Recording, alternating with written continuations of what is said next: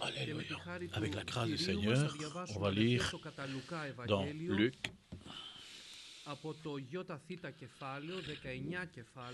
Luc 19, και από το 28 εδάφιο μέχρι και το 44. 925 σελίδα στις γραφές, Luc 19, την απόδοση του Βάμβα, 19ο κεφάλαιο, από το 28 εδάφιο μέχρι και το 44. 28 jusqu'à 44. Après avoir ainsi parlé, Jésus partit en tête de la foule sur le chemin qui montait à Jérusalem. Lorsqu'il s'approcha de Bethphagée et de Béthanie, près de la colline appelée le mont des Oliviers, il envoya en avant 2 disciples. Allez au village qui est en face, dit-il. Quand vous y serez arrivés, vous trouverez un petit âne attaché, sur lequel personne ne s'est jamais assis. Détachez-le, amenez-le ici. Et si quelqu'un vous demande pourquoi le détachez-vous, dites-lui le Seigneur en a besoin. Les envoyés partirent et trouvèrent tout comme Jésus leur avait dit. Pendant qu'ils détachaient l'ânon, ses propriétaires leur dirent « Pourquoi détachez-vous cet ânon ?» Il répondit « Le Seigneur en a besoin. » Puis ils amenèrent l'ânon à Jésus. Ils jetèrent leur manteau sur l'animal et ils firent monter Jésus. À mesure qu'il avançait, les gens étendaient les manteaux sur le chemin. Tandis qu'il approchait de Jérusalem, par le chemin qui descendait du mont des Oliviers, toute la foule des disciples, pleine de joie, se mit à louer Dieu d'une voix forte pour tous les miracles qu'il avait vus. Il disait que Dieu bénisse le roi qui vient du nom du Seigneur. Paix dans le ciel et gloire à Dieu. Quelques pharisiens qui se trouvaient dans la foule dirent à Jésus « Maître, ordonne à tes disciples de se taire. » Jésus répondit « Je vous le déclare, s'ils se taisent, les pierres crieront. » Quand Jésus fut près de la ville et qu'il la vit, il pleura sur elle en disant « Si seulement tu comprenais toi aussi ce jour comment trouver la paix, mais maintenant cela t'est caché, tu ne peux l'avoir. Car des jours vont venir pour toi où tes ennemis t'entoureront d'ouvrages fortifiés, t'assiégeront et te passeront de tous les côtés. Ils te détruiront complètement, toi, ta population. Ils ne te laisseront pas une seule pierre posée sur une autre, parce que tu n'as pas reconnu le temps où Dieu est venu te secourir.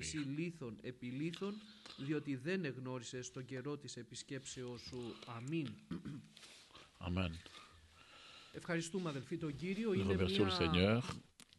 Elle est un moment particulier dans le temps,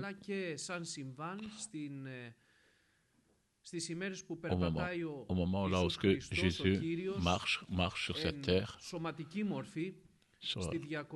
dans ce ministère qu'il avait. C'était un moment bien précieux. Elle avait été prophétisée aussi 600 ans avant Jésus-Christ. Le prophète Daniel en avait mentionné avec une précision forte dans les 70 semaines qui va en parler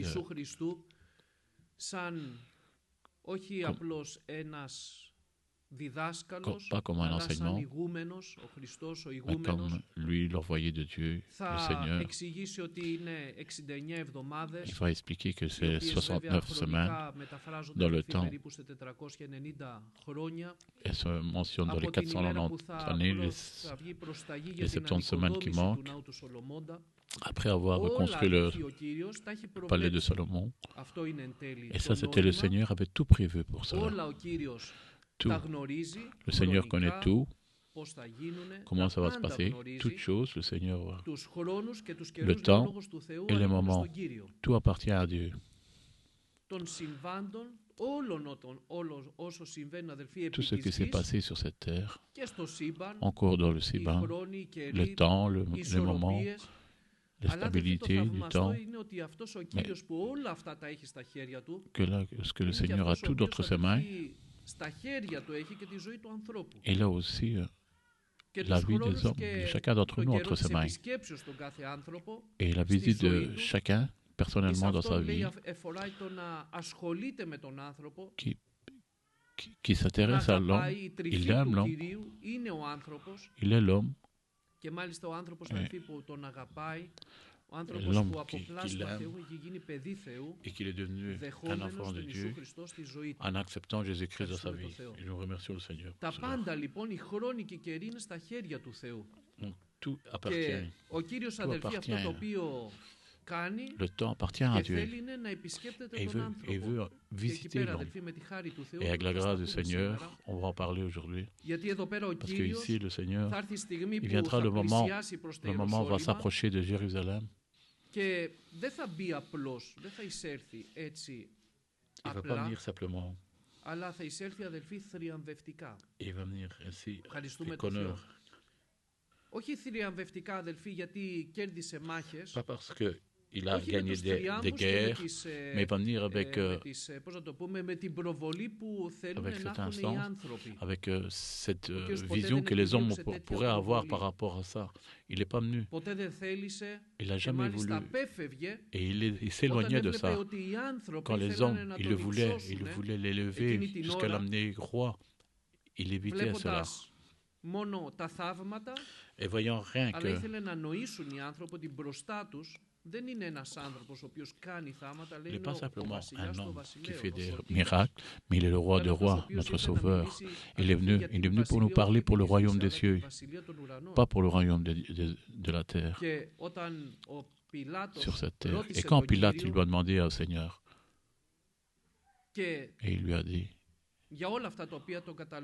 et pour tous ceux qu'on le critiquait, on l'accusait, et il dit, mon royaume n'appartient pas à ce monde. Il est venu pour prêcher pour le royaume des cieux.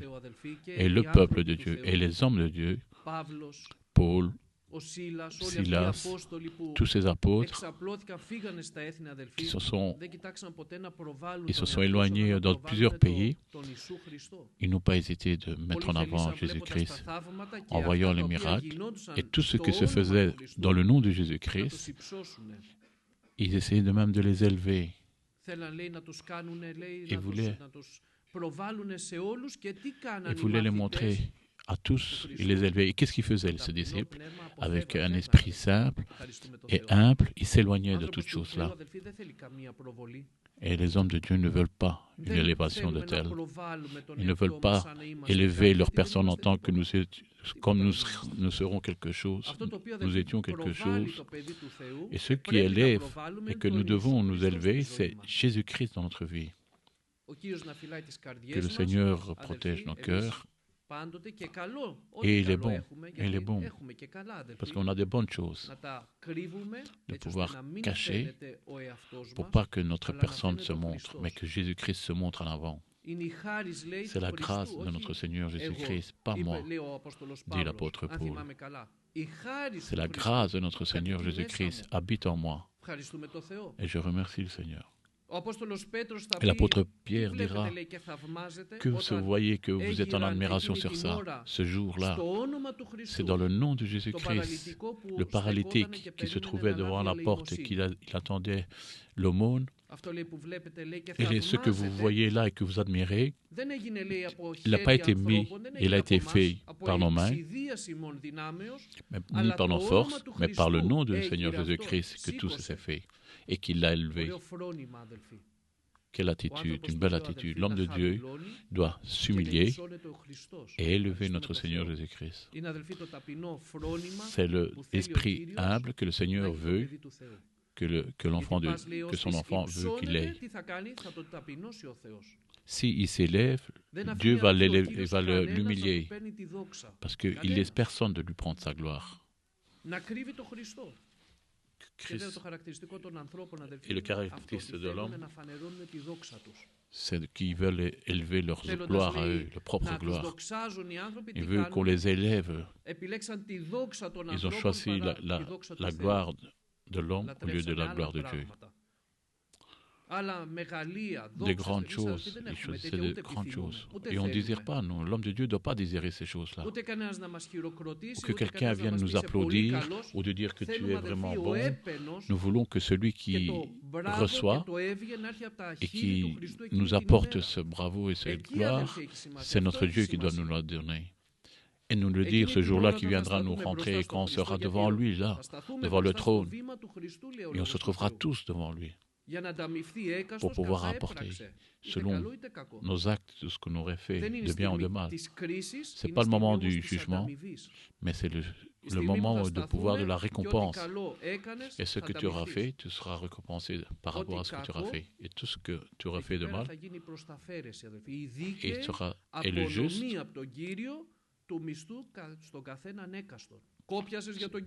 tu as travaillé pour le Seigneur, tu recevras. Tu as servi notre Seigneur. Est-ce que tu as visité, j'étais en prison, qui dit la parole de Dieu. Et vous m'avez visité, j'étais nu, vous m'avez habillé. J'avais faim, vous m'avez nourri. Mais les hommes, ils vont dire à ce moment-là, quand nous t'avons vu, quand vous avez fait ça à un des plus petits de mes frères, vous l'avez fait à moi. Ainsi, mes frères et sœurs. Ainsi qu'il va mesurer. Et c'est pour ça qu'on va entendre, bien, rentre bon et fidèle serviteur.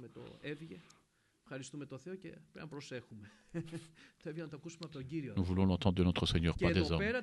Et ici, qu'est-ce que nous allons faire?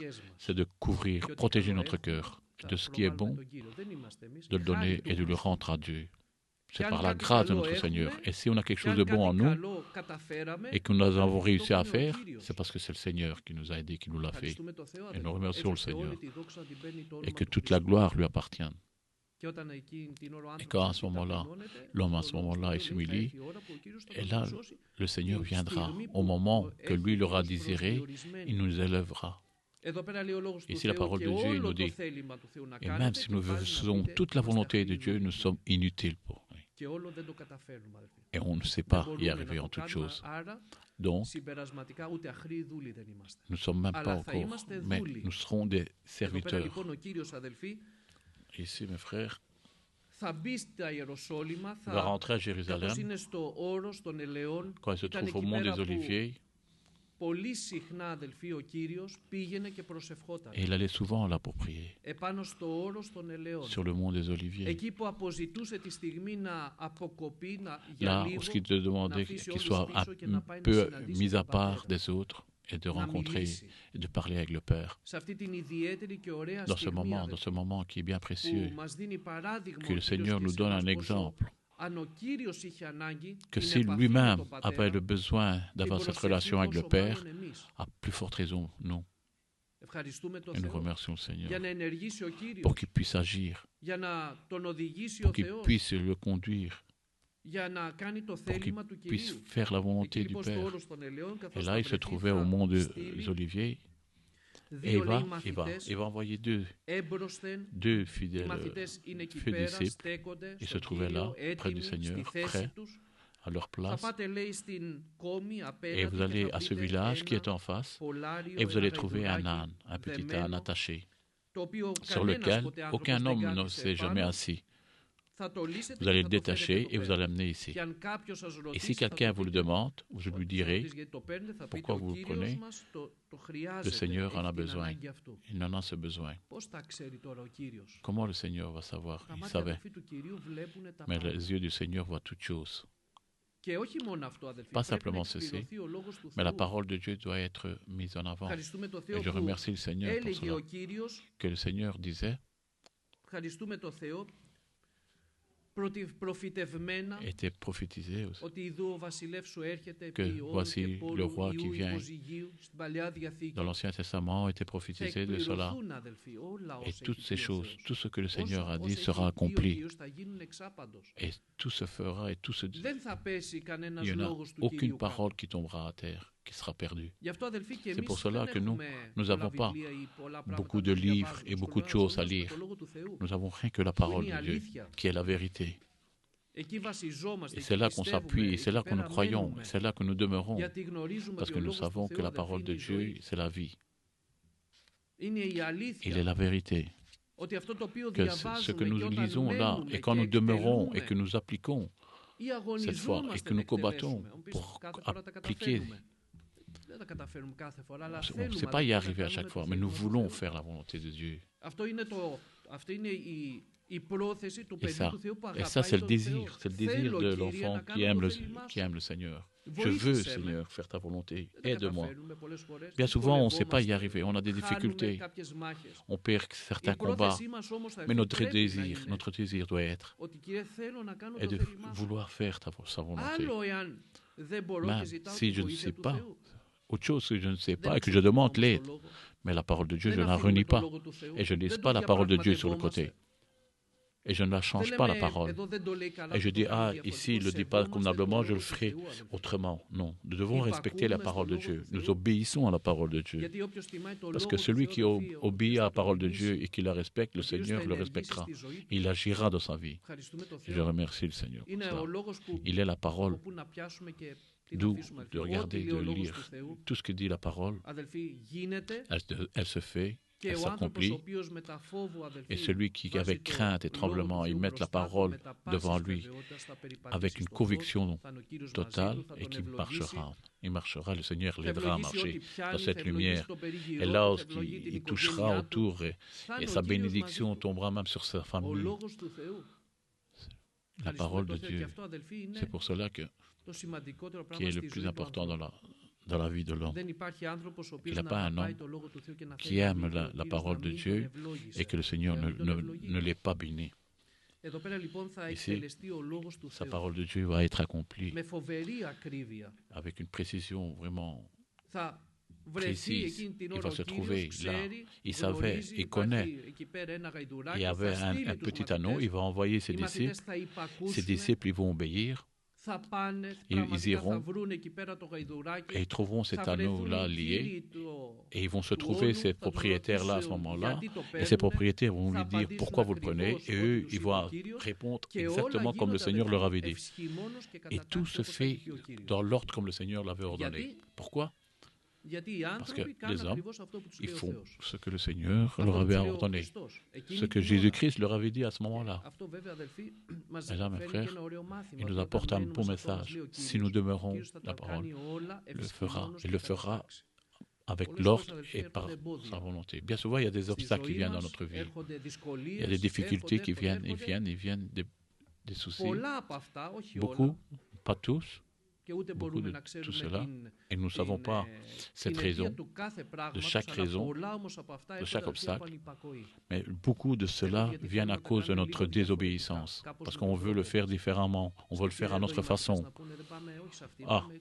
Il pensait qu'un peu ses disciples auraient dit, on ne va pas aller là où ce qu'il nous dit, on va trouver, je connais un autre âne de l'autre côté. Et pourquoi nous devrons aller là où ce qu'il nous dit, Seigneur, pourquoi pas aller là où c'est plus facile? Non. Vraiment avec l'obéissance exacte que le Seigneur aura ordonnée. Le Seigneur nous veut,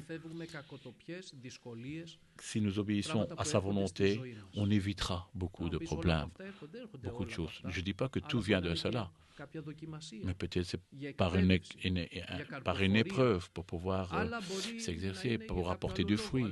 D'autres, c'est pour d'autres raisons. Mais ce que nous devons demeurer, et comme on a dit à la parole de Dieu, tout se fera selon l'ordre et béni comme le Seigneur le veut. Et s'il y a des difficultés à ce moment-là, c'est parce que si nous savons que nous sommes dans l'ordre que le Seigneur nous a ordonné, on sait bien que le Seigneur prendra tout en charge. Il va prendre cet anneau, il va l'amener jusqu'à ce que le Seigneur l'a ordonné, le Seigneur va s'asseoir dessus, et le Seigneur va commencer à descendre le mont des Oliviers en rentrant à Jérusalem. Et là, tous les hommes, et là, tous les hommes connaissaient que tous les disciples connaissaient que tous les miracles qu'ils avaient faits et tout le monde le louait. Bien heureux celui qui vient au nom du... Il disait, béni soit le roi qui vient au nom du Seigneur de paix dans le ciel et la gloire dans les lieux très hauts. Une grande bénédiction. Je ne savais pas combien de personnes avaient cette connaissance réelle de ce qu'ils disaient, de ce qu'ils faisaient. Mais cette raison-là de la glorification, la plupart, ce n'était pas simplement qui était qui, mais c'était les miracles, comme il disait auparavant, que les miracles qu'ils faisaient. Ils glorifiaient. Je l'accepte autant que je vois des miracles. Je suis de la joie, mon cœur est de la joie et de glorification. et des louanges. Il est bien de louer le Seigneur et de le remercier, et que les hommes faisaient à ce moment-là. Mais la raison, il ne devait pas être les miracles que Dieu faisait simplement, mais de la connaissance qu'il est vraiment le réel, le Fils de Dieu, qui est Jésus-Christ, qui est le roi des rois, le Seigneur des Seigneurs. Vous savez que la plupart en bas, il le disait, crucifiez-le. Ça, il est l'homme qui bouge avec des enthousiasmes. Il voit des miracles dans ma vie et je vois des miracles dans ma vie. Tant que je les vois, je suis joyeux et je suis heureux. Mais dès qu'il y a la difficulté qui vient, dès qu'il vient ce que je n'attends pas, je suis perturbé. J'oublie Dieu, j'oublie toutes choses et je reviens vers l'arrière. La parole de Dieu, il nous veut que nous soyons stables. Et bien sûr, dans la parole de Dieu, de la façon comment l'homme doit se stabiliser. Il n'y a pas beaucoup de façons, une façon. Il est l'homme qui se nourrit. Il se nourrit de la parole de Dieu. L'homme qui se nourrit avec la prière et la communion avec le Seigneur. Il est l'homme qui est, comme le premier psaume dit, qu'il est l'homme qui ne s'est pas assis parmi les pécheurs, il ne s'est pas mis parmi les conseils des méchants, il ne s'est pas mis là où Dieu ne voulait pas, mais sa volonté, elle était la loi du Seigneur et de la méditer jour et nuit. Il cherche la volonté du Seigneur. Nous remercions le Seigneur. Il désire la bonne nourriture, le lait spirituel pour qu'il puisse grandir, qu'il est l'homme qui passe ces années, et autant que ça passe, il se stabilise. Il se stabilise davantage. Il ne se déstabilise pas, il ne se déracine pas aussi facilement. Comme le vent qui vient le pousser et en faire voler les feuilles. Il ne glorifie pas le Seigneur et tantôt il se déstabilise. Non, mais il reste stable à sa foi. Et les hommes ici le louaient et un peu de temps après, ils le critiquaient et le disaient même « crucifiez-le ». Je remercie le Seigneur. Le Seigneur, il veut que nous soyons stables. Bien sûr, on ne se stabilise pas avec d'autres façons, mais rien qu'avec la parole du Seigneur, la volonté du Seigneur. Le Seigneur a nous donné toutes choses, tout ce que nous avons besoin pour pouvoir avancer stable et inébranlable. Il nous a donné cette belle habitude de la parole de Dieu. La première Église, elle demeurait dans la communion fraternelle, dans la Sainte Sainte, dans les enseignements et dans les prières. Et elle grandissait davantage. Et des œuvres du Seigneur s'appliquaient pour des églises. L'Église était vraiment ferme et une bonne connaissance pratique. Il ne marchait pas avec de l'enthousiasme, comme un ballon. Tu le gonfles, et avec une petite aiguille, tu viens, bam, hop, ça y est, ça se dégonfle. Non, nous ne devons pas être ainsi. Nous devons avoir cette bonne connaissance. Et nous savons en quel Seigneur nous croyons. Nous savons que, comme la parole de Dieu nous dit, par beaucoup de tribulations, nous allons rentrer dans le royaume des cieux. C'est ça qu'ils enseignaient les apôtres à ce moment-là. Et encore maintenant, ce n'était pas des prédications évangélistes, des prédications évangéliques, comme l'apôtre Paul a été à Athènes, qu'il a parlé, puis il a parlé pour Jésus-Christ, de quelle façon qu'il est allé, et pourquoi qu'il est venu le Seigneur, il a ressuscité, il s'est ressuscité, il a ressuscité. Mais on ne peut pas avoir autant d'années et de rester et de demeurer que le Seigneur m'aime. Oui, bien sûr, il m'aime. Nous ne devons pas rester là et que les années passent et que nous devons devoir avoir de l'aide pour pouvoir avancer en tant que chrétien. Que les années passent et que je sois encore en enfant. Parce que malheureusement, ça montre que nous avons de la chair sur nous, la charnelle, que nous n'avons pas abandonné encore notre désir charnel encore et que nous le tenons quelque part en nous. Nos caractères, par exemple, mon caractère ne change pas. Je ne laisse pas que le Seigneur me change. Je ne laisse pas que le Seigneur vienne me morpher. Et je suis le même en tant qu'enfant. Et je suis encore un enfant, une situation d'enfant. Et l'apôtre Paul lui va parler aux Corinthiens pour cela. Et les Corinthiens, nous savons, ils avaient de tous les charismes, mais il ne les a pas fait spirituels. Ils avaient beaucoup de divisions parmi eux, ils avaient des combats parmi eux, entre eux, de qui suivent, de qui ils étaient. Moi, je préférais un ou je préférais l'autre. Des différences. Et l'apôtre Paul, il va commencer à les toucher là-dessus, à les examiner. Et il leur a dit, vous avez besoin d'une nourriture plus ferme, mais je vois que vous êtes encore des enfants au lit spirituel. Nous ne pouvons pas être encore au lit spirituel, mais nous devons grandir comme un petit enfant et de Seigneur qui viennent et qui nous enlève tout ce qui peut nous empêcher et que Jésus-Christ soit révélé en nous pour chacun d'entre nous. Lorsque nous irons n'importe où, que nous ne devons pas être encore au début de notre enseignement lorsqu'on avait entendu et cru. Et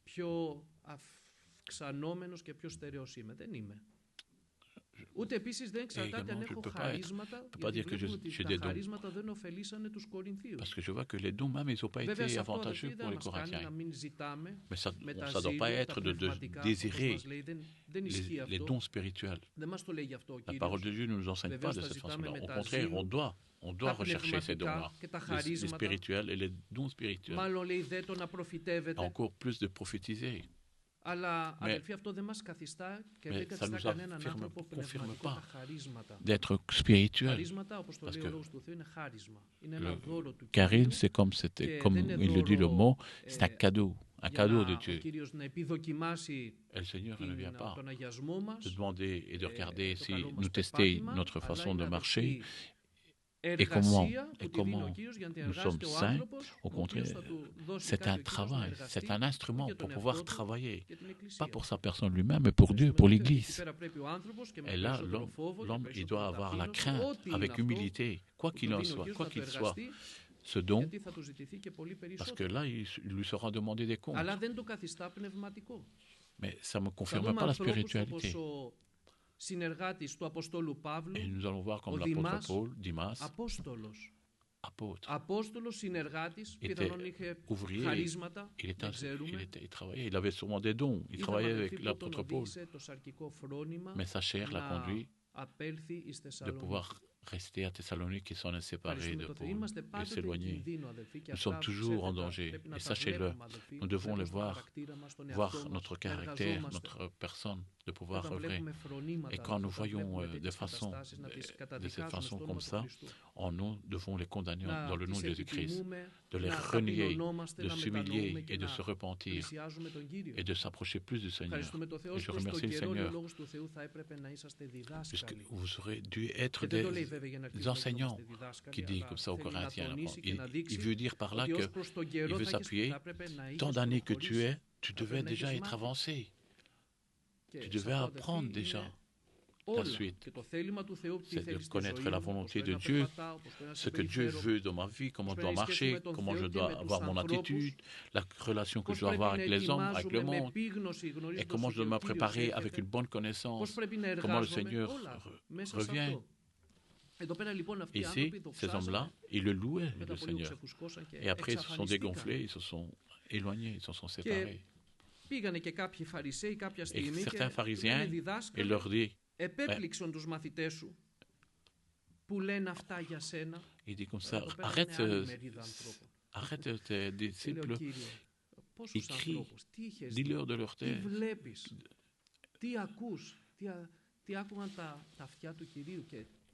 Qu'est-ce qu'ils entendaient le Seigneur de leur façon que les pharisiens leur disaient de se taire.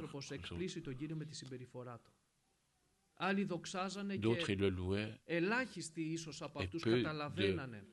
peu de l'assure ce qui s'est passé réellement, et d'autres, et là, il leur disait, taisez-vous. Certains, ils leur disaient à eux, taisez-vous au milieu de la foule. περνάει και συμβαίνει ένα γεγονός ιδιαίτερο εκείνη την ώρα που οι περισσότεροι δεν το έχουν καταλάβει. Qui se passe à ce moment-là. Il y a beaucoup qui ne l'auraient pas compris à ce moment-là. Et dans tout cela, un frère, όταν υπάρχει αυτή η κατάσταση, ο quand il y a άνθρωπος cette χάνει την situation, ουσία. quand cette situation se fait, il perd cette valeur, ce que le Seigneur peut donner. Γιατί ο Κύριος αδελφοί Pourquoi le εκείνη την Seigneur, ώρα, à ce moment-là, καθώς είπε σε αυτούς comme il και leur να avait dit, τους πω να σιωπήσουν, même si εάν je leur dis σιωπήσουν, de ακόμη se και οι taire, λύθοι θα encore les φωνάξουν. pierres crieront.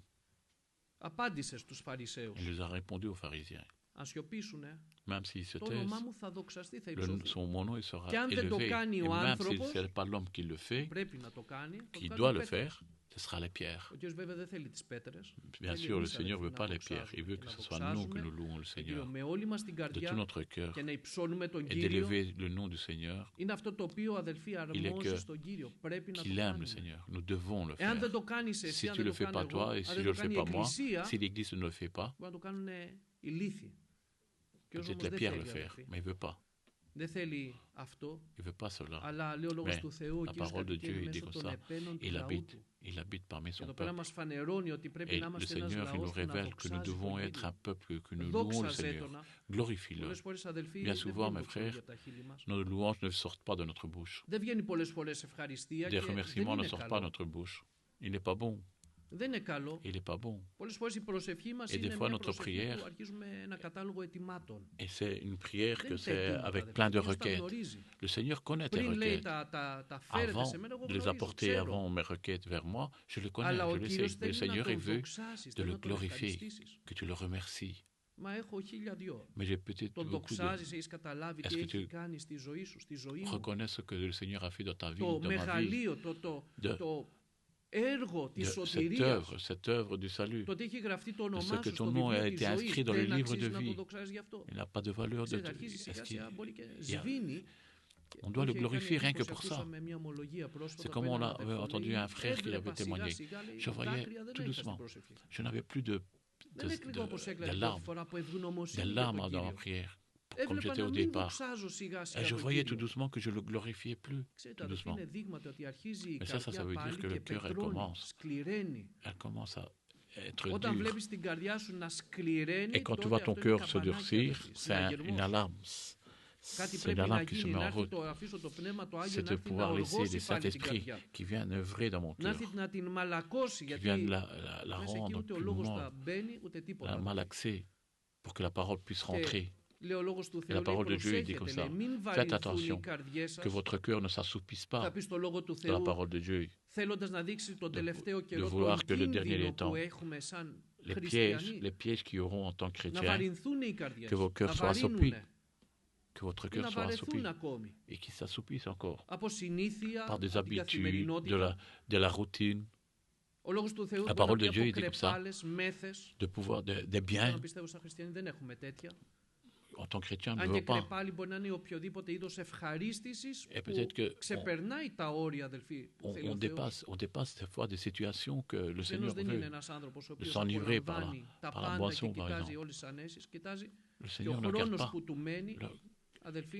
Comment tu sois bien aisé. Il regarde comment de racheter le temps. Bien sûr, tu dois te reposer. Mais tout cela, elle est dans la vie chrétienne. Et je remercie le Seigneur. Tu as du temps. Tu as beaucoup de temps. C'est un peu de danger. Je ne sais pas s'il me reste du temps, beaucoup de temps. Parce que sinon, on a le temps qu'il nous reste, on doit l'utiliser, de chercher, de regarder un frère, de voir les besoins de chacun d'entre nous. Les communions, ils se diminuent. Tu as du temps. Invite des frères de pouvoir parler du Seigneur. Et de parler des exemples, des expériences qu'on peut passer avec le Seigneur pour que notre cœur soit ouvert. Rachetons le temps perdu. Et des fois, notre temps, on le disperse. Pour ne pas le dire simplement dans la technologie, qu'il nous mange, il nous vole du temps. Et on le perd ce temps-là.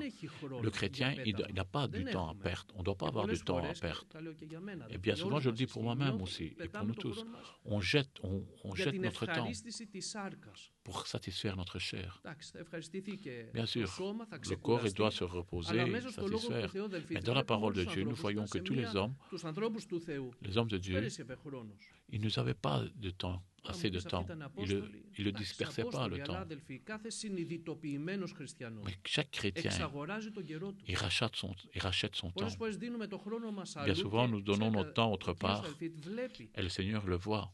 Et bien souvent, et là dans le temple, je ne sais plus dans quel prophète, et le Seigneur parlait avec des reproches au peuple. Il dit, vous regardez à vos maisons, à vos besoins, mais vous ne regardez pas au peuple. Vous ne venez pas vers moi pour me remercier. Vous ne venez pas apporter des sacrifices, du bois pour vos sacrifices. Il faisait des reproches dans l'Ancien Testament qui en parle ça. Bien souvent, nous avons du temps. Et des fois, on ne vient pas à l'église. On ne vient pas peut-être même à l'heure. Il n'est pas bon. À notre travail, nous sommes à l'heure. Et là, nous avons le danger. Parce que le patron peut nous engueuler. Et moi, de dire savoir qu'il y a une église et d'être à la maison. Il n'est pas bon. Ce n'est pas l'église qui n'en veut pas. C'est devant les yeux de Dieu. Et j'ai entendu une fois une prédication pour un frère. Il y avait une église, il avait une prière, il avait une bonne façon. Il disait donc je vais rester à la maison et je vais prier à la maison. Et je vois la différence qu'il y a la prière à la maison et à l'église. Et au moment que l'église se mettait en prière, et à la même heure, je vais m'agenouiller aussi et je le faisais en test. Et le Seigneur l'a rendu visite. Il dit, qu'est-ce que tu fais ici? Tu fais quoi ici? Le peuple est là-bas et il prie. Et toi, tu te trouves ici? Non, les frères, c'est des exemples, pour nous réveiller. Parce que bien souvent, nous posons des questions. Seigneur, pourquoi tu n'agis pas? Pourquoi mes requêtes ne sont pas... tu ne réponds pas à nos requêtes? Et la réponse, elle est bien sûr, elle est dans notre vie. Malheureusement, parce que mon fils, tu ne rachètes pas le temps. Tu n'es pas à la place où ce que moi je veux que tu sois.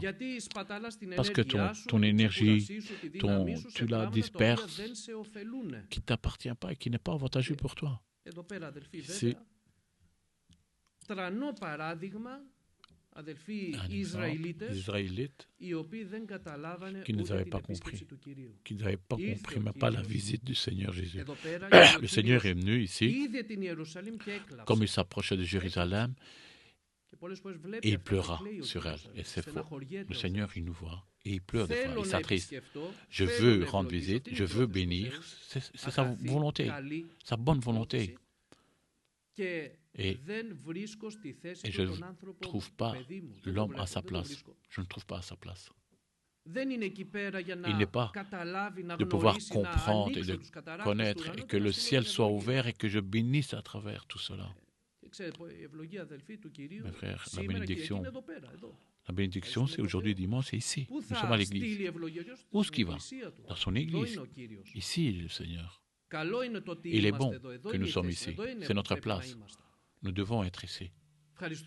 Et je remercie le Seigneur pour cela. C'est ici qu'il va bénir, c'est ici qu'il va répondre, c'est ici qu'il va... qui nous... Et je ne suis pas autre part. Il est allé à Ruth ici, Naomi, avec son mari, et ses deux fils et ses deux belles-filles, et ils sont allés dans un autre pays. Ils se sont mariés là-bas, deux Moabites, parce qu'il y avait eu la faim qui était tombée à Jérusalem, loin où ce que le Seigneur voulait qu'il soit, et là où ce que le Seigneur devait les rendre visite. Bien sûr, là, les hommes, leur mari souhaitait, ils se sont morts, et ils ont entendu que le Seigneur avait visité là où ils étaient. Et ils ne se trouvaient pas là où que le Seigneur allait visiter le peuple. Et qu'il est tragique de ne pas se trouver là où quand le Seigneur viendra, que tu n'es pas à ta place. Que le Seigneur nous garde. Nous devons savoir où ce que nous devons être et quelle est notre place. Et que c'est notre...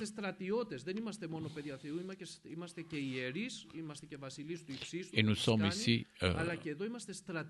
et nous sommes des combattants, des soldats.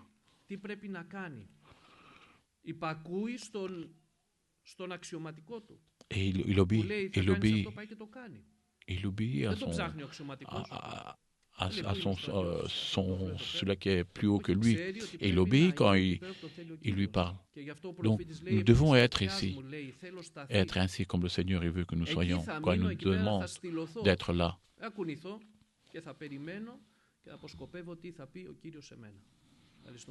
Je remercie le Seigneur, il est bon. Et ça veut dire, c'est un repère spirituel de savoir là où il devait être et doit être. C'est là que nous devrons attendre et c'est là que la bénédiction sera. Et ici, malheureusement, le Seigneur les a visités à Jérusalem et il a vu Jérusalem et il a pleuré. C'est une histoire tragique. Et le Seigneur, il est venu. Il est venu à Jérusalem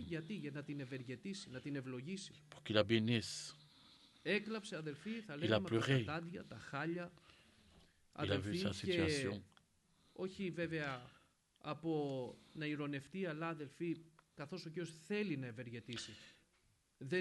Mais ça, c'est pas tragique. Le Seigneur veut bénir et que nous ne soyons pas là et qu'il ne se trouve pas là où il doit être. Et notre place n'est pas simplement notre place naturelle, mais souvent c'est le cœur qui n'est pas à sa place. Donc elle doit être à sa place, qu'elle soit ouverte. Bien souvent, nous voyons ce qui se passe dans l'Église, nous voyons la parole de Dieu. Je parle dans l'Église, il y en a un à droite qui pleure et qui naît de nouveau, et l'autre regarde à sa montre pour pouvoir quand partir. C'est le cœur qui n'est pas à sa place. Ce n'est pas que le Seigneur n'est pas là, mais mon cœur, le cœur n'est pas à sa place.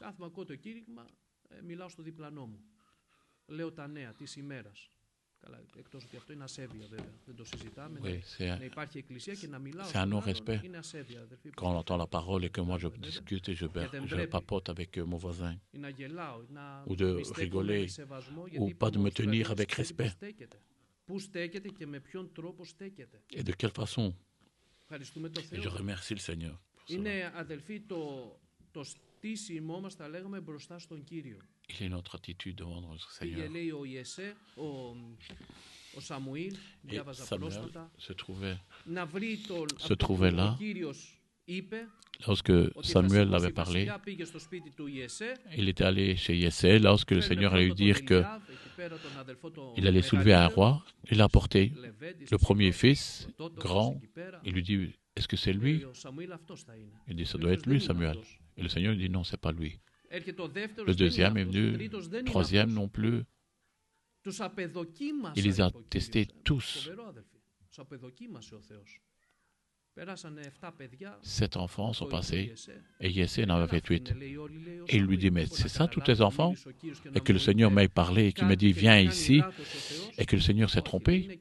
Non, il y en a encore un qui se trouve avec les agneaux, avec les animaux, dit apportez-le. Parce que si tu ne l'apportes pas ici, je ne sais pas voir. Et quand David il est allé, qu'il se trouvait à sa place, quelle était sa place?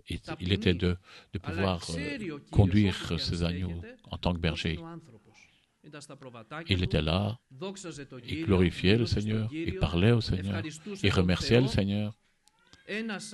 Un homme selon le cœur de Dieu. Ainsi a dit notre Seigneur. J'ai trouvé un homme selon mon cœur. Et il l'a pris de là où il se trouvait dans la bergerie. Et il l'a pris, il lui a dit, voilà, c'est lui que je veux. Qu'il est bon de se trouver à sa place. Le Seigneur, il nous voit, ses regards sont sur nous, même à l'extérieur, pas simplement ici. Comme nous sommes à la maison, à notre travail, dans notre quotidien, le Seigneur nous voit, mes frères. Que le Seigneur se voie partout. Et ici, Jérusalem Elle n'était pas. Et le Seigneur a pleuré. Si toi aussi, au moins, à ce jour qui était donné, tu connaissais les choses qui t'appartiennent à ta paix, oh bienheureux si tu aurais compris. Il ne voyait pas vers le bien, il ne voyait pas cette paix. Pourquoi? Parce qu'ils avaient tenté le Seigneur, la voix du Seigneur. Et quand le Seigneur teste ce qu'il n'accepte pas, ce que Dieu veut, donc il insiste, là, à ce moment-là, il vient quelqu'un d'autre de pouvoir l'aveugler qui ne le voit pas. Dans Romains, il va dire des bons exemples. Il va dire à un certain moment, et à plusieurs endroits, ils ont testé. Je ne voulais pas avoir cette connaissance. Je veux faire à ma façon. Là, à ce moment-là, donc le Seigneur, à ce moment-là, il les a aveuglés de ne pas pouvoir que leur conscience soit aveuglés, leur cœur aveuglé. Donc, ils se sont cachés de leurs yeux, les yeux du Seigneur. Là, à ce moment-là, il leur dit, viendra sur toi des jours où tes ennemis t'environneront de tranchées, t'enfermeront et te serreront de toutes les parts. Ce n'est pas une condamnation de Dieu. Le Seigneur, il aime les hommes. Il a sa paix à nous donner. Et ne dit pas que le Seigneur t'a donné quelque chose de mal, ou il m'a puni par certaines choses. Non, mais c'est le résultat. C'est le résultat que l'homme récolte par sa désobéissance, par son cœur qui s'est endurci, par son endurcement. Il voulait, malheureusement, c'était les résultats, un résultat sans faute que de leur part, malheureusement. Pourquoi? Parce que loin de Dieu, il n'y a pas une situation entre où il y a le Seigneur qui apporte la bénédiction, où Dieu n'est pas là. Et il y a tout qui se passe ce que nous avons lu maintenant. Ils n'ont pas accepté le Seigneur. Et en 70 après Jésus-Christ, Tito est rentré et il a détruit toute Jérusalem. Ils ont même les pierres, ils ont tout jeté. Tout est devenu une plaine. Ils ont pris tous ces enfants. Ils n'ont pas laissé une pierre sur pierre. L'ennemi, la parole de Dieu a été annoncée, elle a été accomplie. Et la raison était pourquoi? Parce que tu n'as pas reconnu le moment que je t'ai visité. Le Seigneur, si tu avais connu le jour que je t'ai visité, tu aurais peut-être changé. Et tous les résultats, bien souvent, et ça aurait été différent. Toute la vie, ça aurait été différent. Peut-être on aurait parlé d'un plan différent et des choses, par exemple, jusqu'à présent, pour les Israélites. Mais maintenant, non. On ne parle pas pour les Juifs ou les Israélites, on parle de notre vie maintenant.